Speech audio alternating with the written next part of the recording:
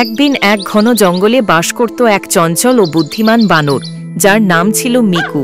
সে সারাদিন গাছে গাছে লাফিয়ে বেড়ায়, ফল খেত আর জঙ্গলের অন্যান্য প্রাণীদের সঙ্গে খেলা করত।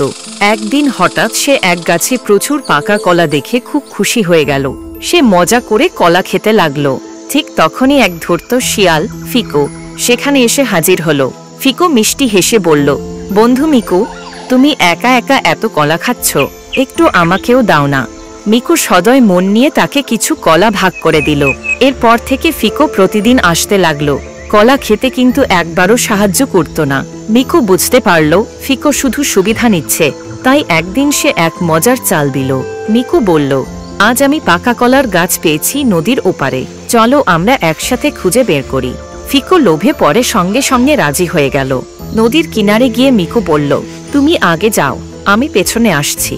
ফিকো নদী পেরিয়ে গিয়ে অনেক খুঁজেও কোনো পাকা কলা পেল না, শুধু জঙ্গল আর জঙ্গল।